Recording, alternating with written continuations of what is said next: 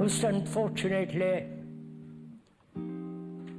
there are only 2 talks, and so we have to condense what we have to say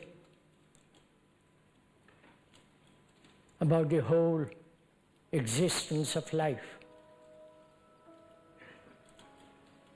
We are not doing any kind of propaganda. We're not persuading you to think in one particular direction, nor convince you about anything.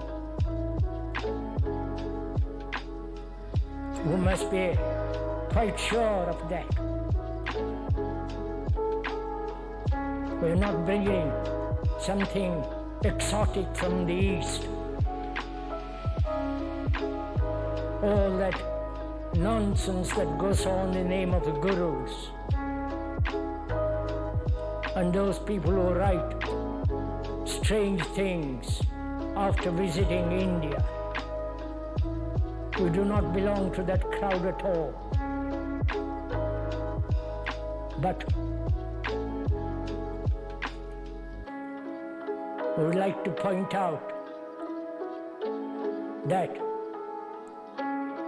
during these 2 talks that we are thinking together, not merely listening to the talks, listening to some ideas, either agreeing or disagreeing with those ideas. We are not creating any kind of arguments, opinions, judgments, but together, I mean together, you and the speaker are going to observe what the world has become, not only in the Western world, but also in the East, where there is great deal of poverty, great misery,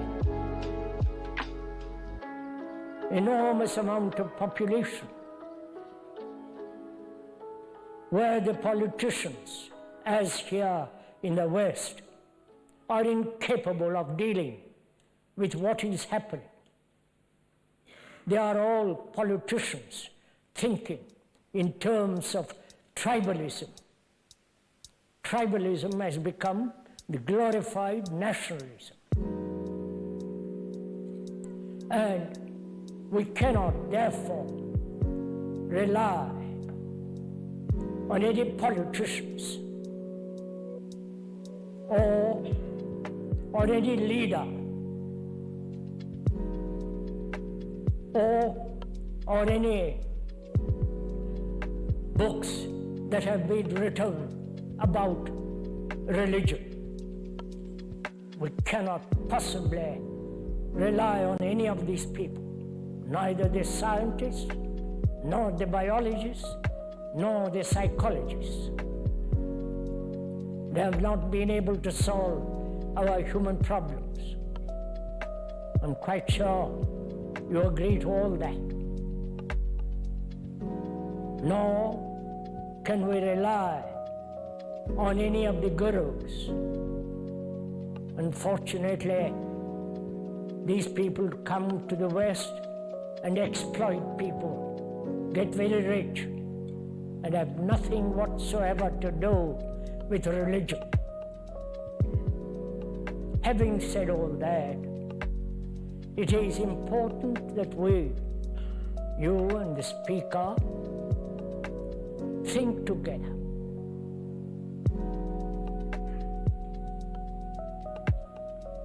We mean by thinking together, not merely accepting any kind of opinion or evaluation, but together observe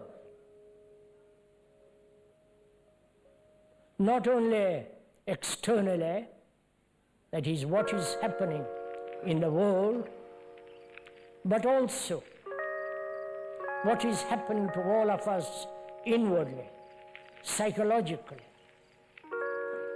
externally, outwardly. There is great uncertainty, confusion, wars, or the threat of war.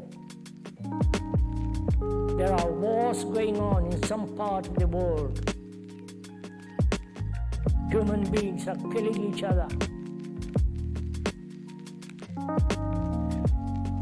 That is not happening in the West here. But the threat of the nuclear war, the bomb, and the preparation for war.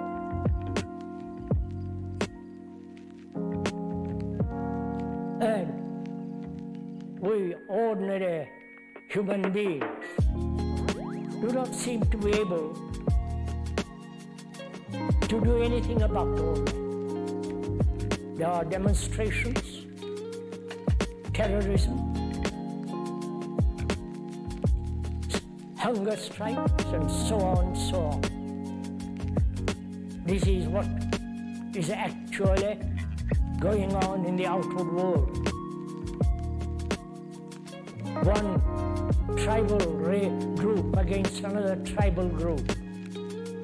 The West, America against another country, and so on. The scientists are contributing to all that.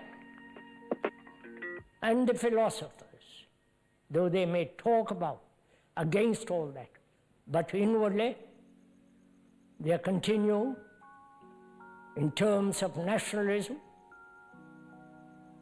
according to their own particular career, and so on. So that's what's actually going on in the outward world, of which any intelligent human being can observe. And inwardly, in our own minds and our own hearts, we're also very confused. There is no security, not only perhaps for ourselves, but for our future generation. Religions have divided human beings, as the Christians, the Hindus, the Muslims, and the Buddhists, and so on.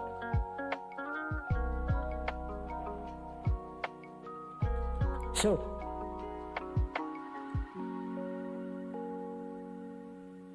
considering all this, looking objectively, calmly, without any prejudice, observing,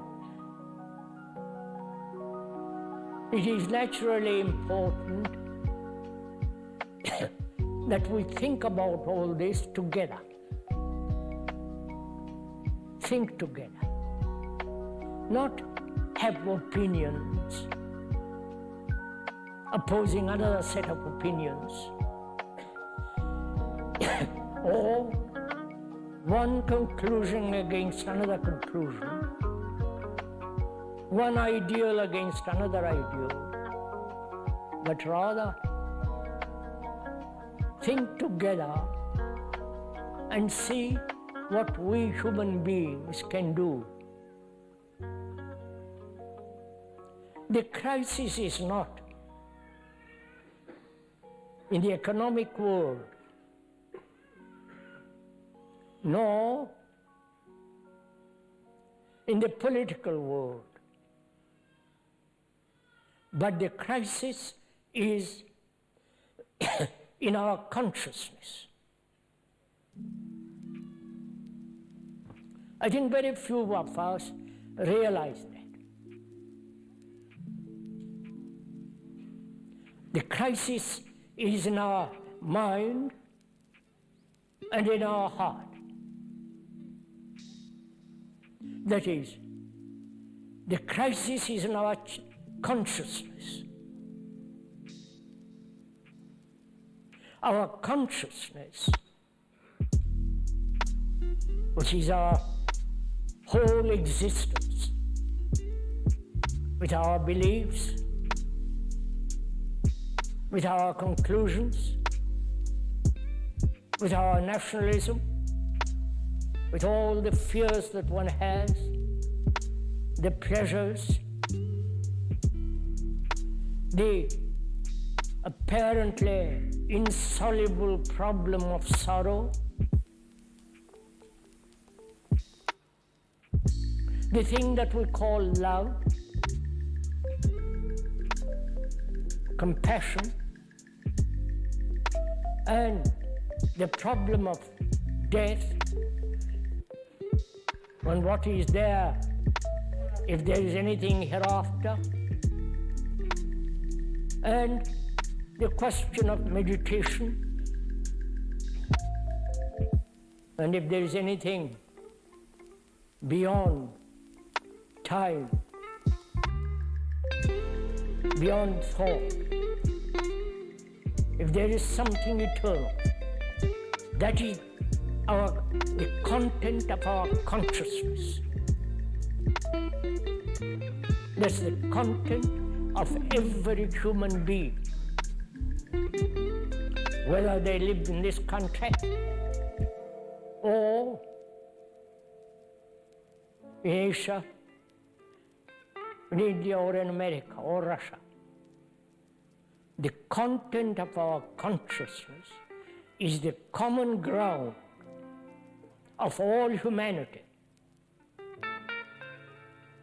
I think this must be made very clear right from the beginning. As a human being living in this part of the world, he suffers not only physically, but also inwardly. He's anxious, uncertain, fearful, confused, anxious.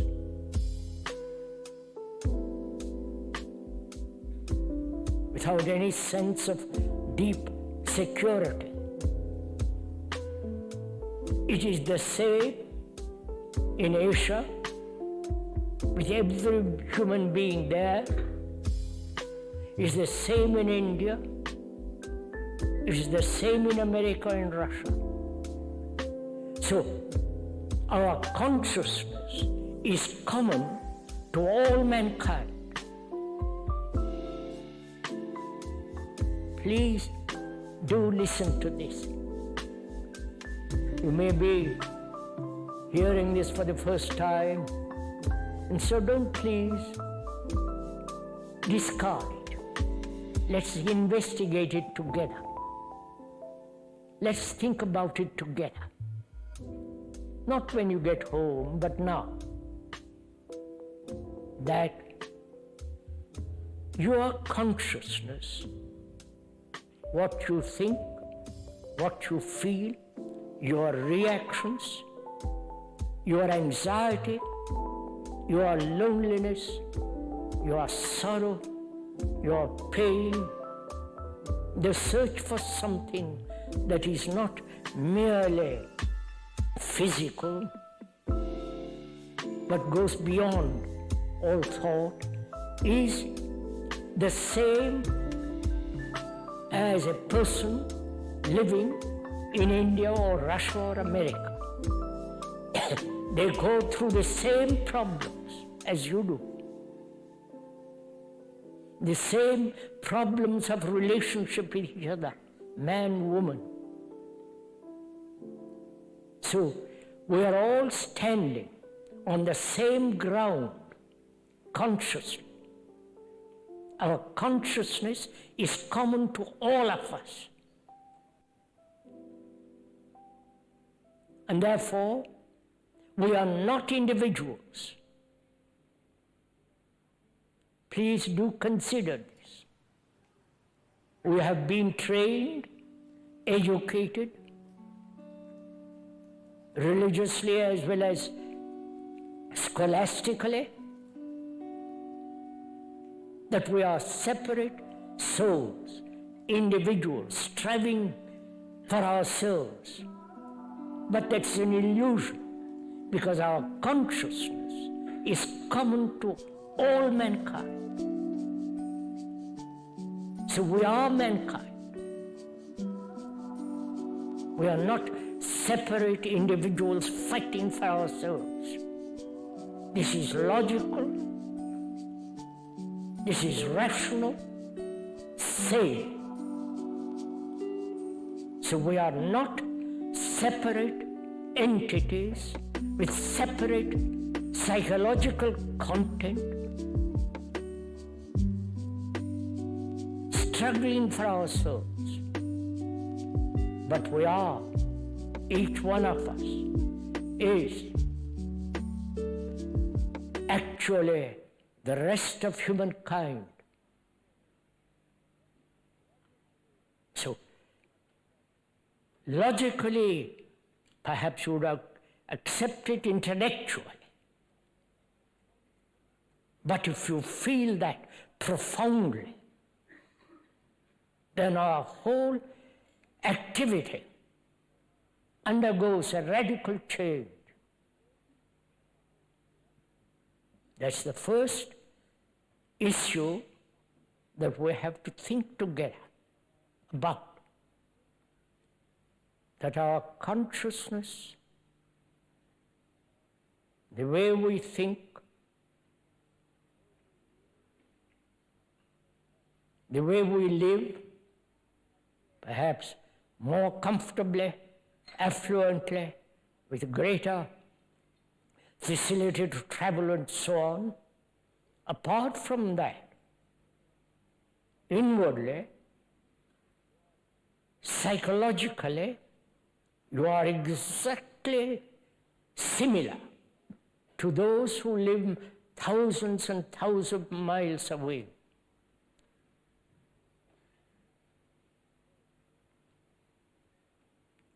And so, we have to think about these problems together. First, the problem of relationship.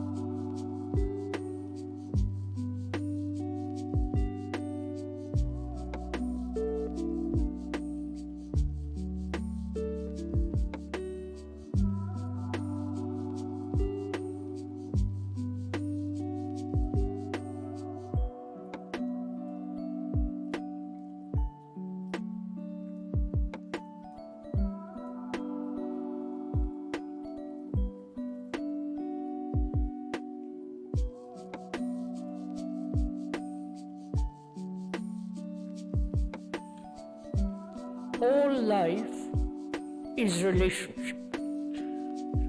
The very existence is to be related. And when you observe what we have done with our relationship with each other, whether it is intimate or not, whether between two human beings, man, woman, in that relationship there is tremendous conflict, struggle. Why? Why have human beings who have lived for over a million years have not solved this problem of relationship? That is, two people living together without conflict. Apparently, we have not solved it.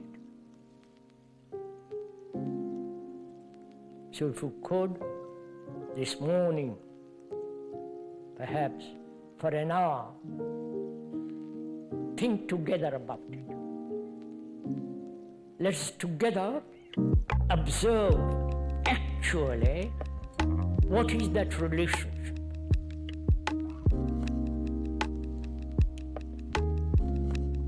Between a man and a woman. Because all society is based on relationship. There is no society if there is no relationship. Society becomes then an abstraction. So we should together this morning consider together what actually our relationships are.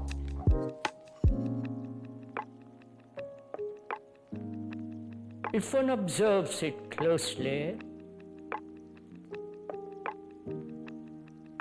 there is conflict between man and woman. The man has his own ideals, his own pursuits, his own ambition. He's always seeking success, to be somebody in the world. And so also the woman is struggling, also wanting to be somebody, wanting to fulfill, to become. Each is pursuing his own direction. So it's like two railway lines running parallel, but never meeting, perhaps in bed, but otherwise. If you observe closely, they never meet actually, psychologically, inwardly. Why? That is the question. When we ask why, we are always asking for the cause. We think in terms of causation, hoping thereby, if we could understand the cause, then perhaps we'd change the effect. May I ask now, we all understand English, I hope.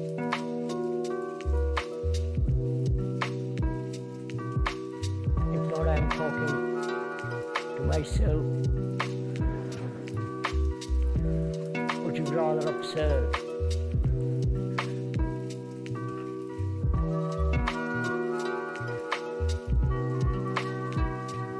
One has not been in this country for 10 years.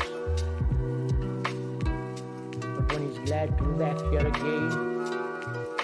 But if we don't understand English, then I'm afraid our communication is not possible.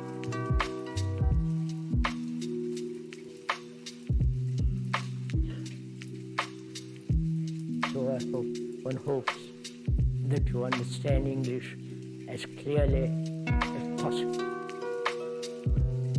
Unfortunately, one can speak in French or Italian, that would be equally difficult.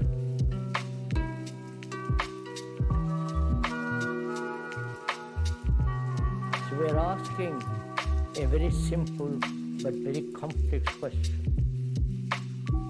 Why is it that we human beings have not been able to solve this problem of relationship though we have lived on this earth for over millions and millions of years? Is it because that each one has his own particular image put together by thought, and our relationship is only based on two images? The image that the man creates about her, and the image the woman creates about him. So we are in this relationship, two images living together. That's a fact. If you observe very closely yourself, if one may point out, you have created an image about her, and she has created a picture, a verbal structure about you, the man. So, a relationship is between these two images. These images have been put together by thought. And thought is not related to love.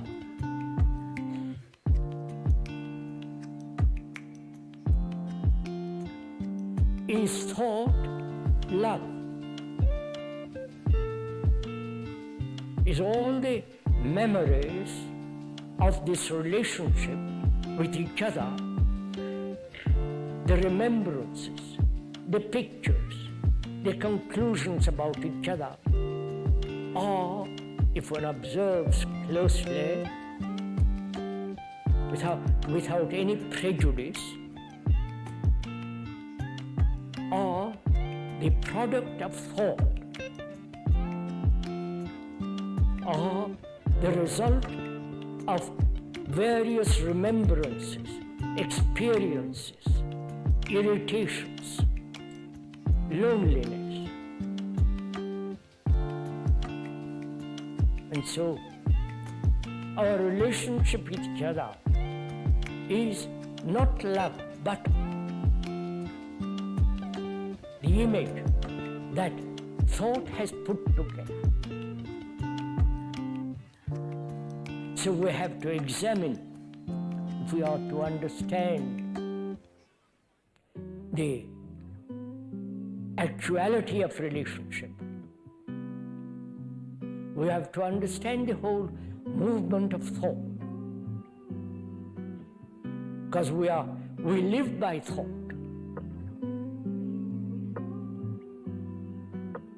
All our actions are based on thought.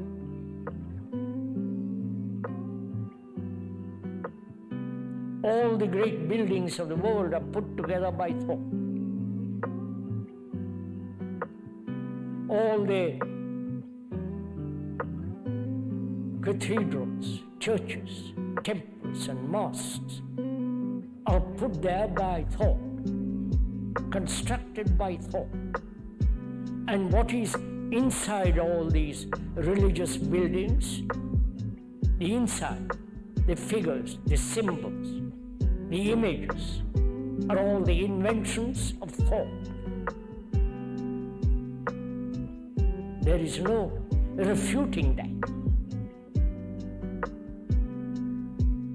So thought has created not only the most marvelous architectural buildings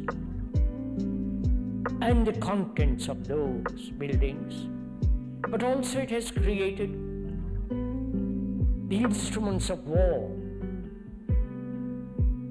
the bomb, various forms of that bomb. Thought has also put together the surgery, those marvelous instruments, so delicate in surgery. And also, thought has made the carpenter. He must study the wood, the instruments, and so on. So thought has done all this. The content of a church and the surgeon, the expert engineer who builds a beautiful bridge, are all the result of thought. There is no refuting that, however much one may argue.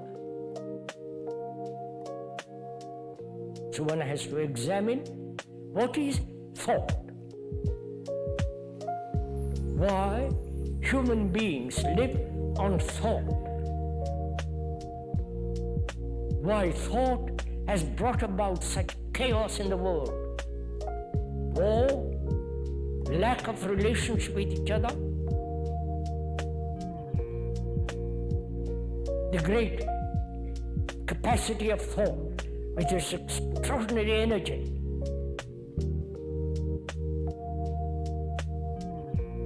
And also what thought has done through millions of years, bringing sorrow for mankind.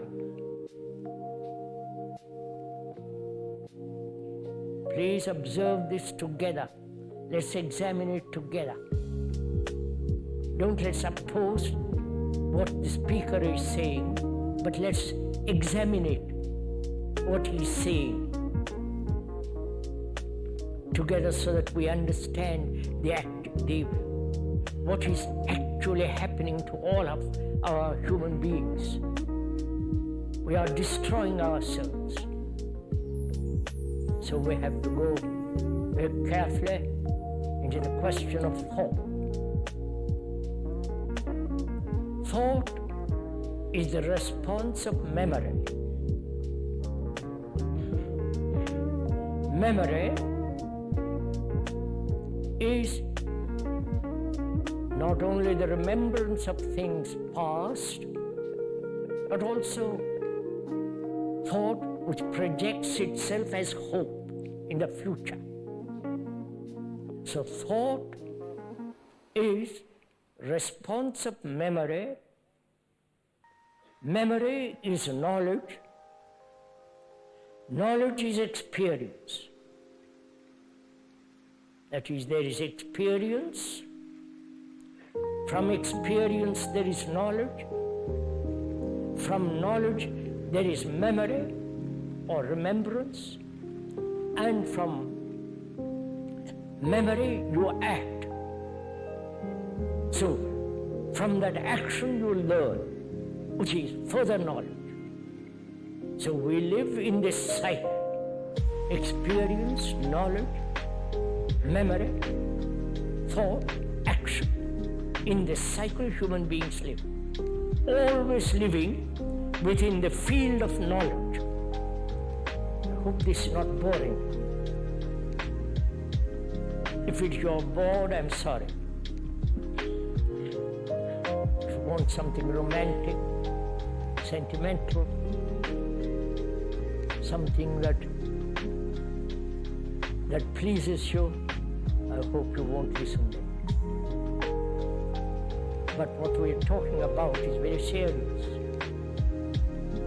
It's not something for the weekend, for a casual listen, because we are concerned with the radical change of human consciousness. So we have to think about all this. Look together. See if it is possible. Why? Human beings who have lived on this earth for so many million years are still as we are. We may have advanced technologically, better communication, better transportation, hygiene, and so on. But inwardly, we are the same, more or less. Unhappy, uncertain, lonely, carrying the burden of sorrow endlessly. And any serious man confronted with this challenge must respond. He can't take it casually, turn his back on it. That's why this meeting and tomorrow morning meeting is very, very serious. Because we have to apply our minds and our hearts to find out if it is possible, radically bring about a mutation in our consciousness and therefore in our action and behavior. So as we'll say, thought is born of experience, knowledge. And so there is nothing whatsoever sacred about thought. It is materialistic. It is a process of matter, thinking. And we have relied on that, on thought, to solve all our problems, political, religious, relationship, and so on.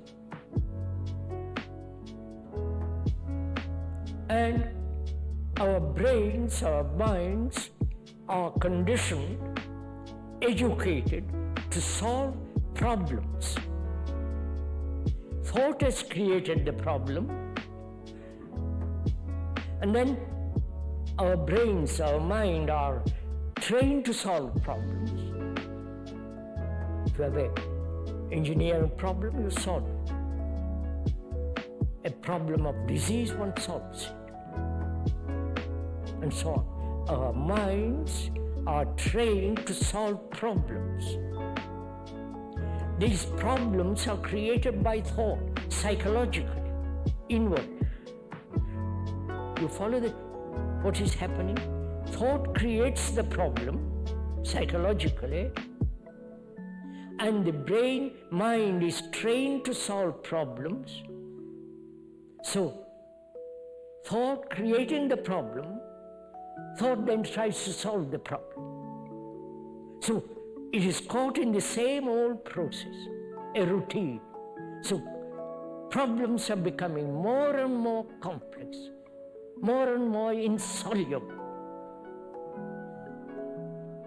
So, we must find, if it is at all possible, if there is a different way of approaching this life, not through thought, because thought has not solved our problems. On the contrary, thought has brought about greater complexity. We must find, if it is possible, or if it's not possible, if there is a different dimension, a different approach to life altogether. And that's why it's important to understand the nature of thought, nature of our thinking. Our thinking is based on remembrance, remembrance of things past, which is thinking about what happened a week ago, thinking about it modified in the present and projected into the future. You see the movement of our life, which is an actuality. So, knowledge has become all important for us. But knowledge is never complete. Knowledge is about anything, is it still incomplete? Will always be incomplete. Therefore, knowledge always goes with ignorance. Knowledge always lives within the shadow of ignorance. That's a fact. It's not the speaker's invention or conclusion, but that's so. So, Love is not knowledge. Love is not remembrance. Love is not desire or pleasure. Desire, pleasure, remembrance are based on thought. So, our relationship with each other, however close, however near, if you look at it closely, is based on remembrance, which is thought. So in that relationship, actually, though one may say you love your wife or your husband or your girlfriend and so on, it is actually based on remembrance, which is thought. Therefore, in that there is no love.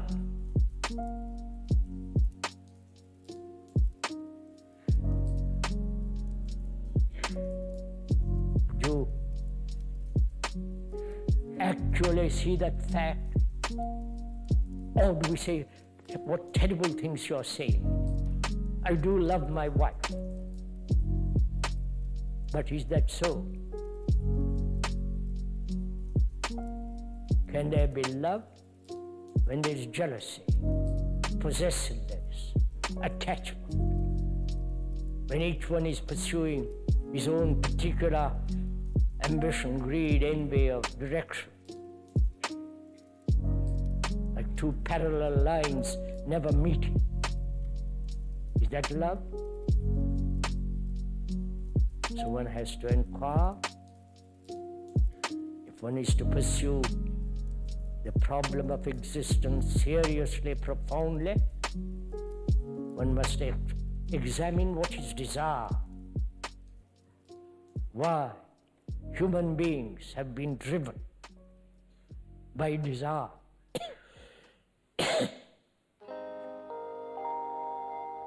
Can the speaker go on with all this?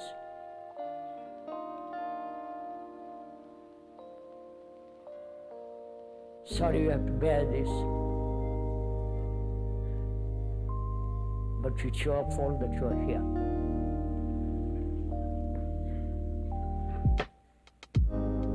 And perhaps also the speakers.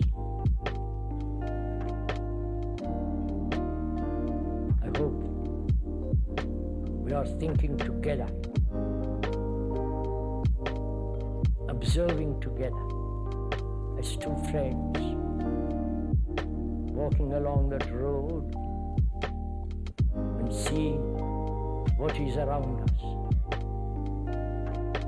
Not only what is very close, what is immediately perceived, but also what one sees in the distance. Because we are taking the journey together, perhaps affectionately, hand in hand, or as two friends, amicable, examining the very complex problem of life, in which there is no leader, there is no guru. Because when one says actually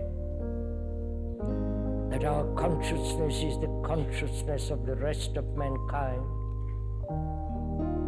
then we realize we are both the guru and the disciple, the teacher as well as the pupil.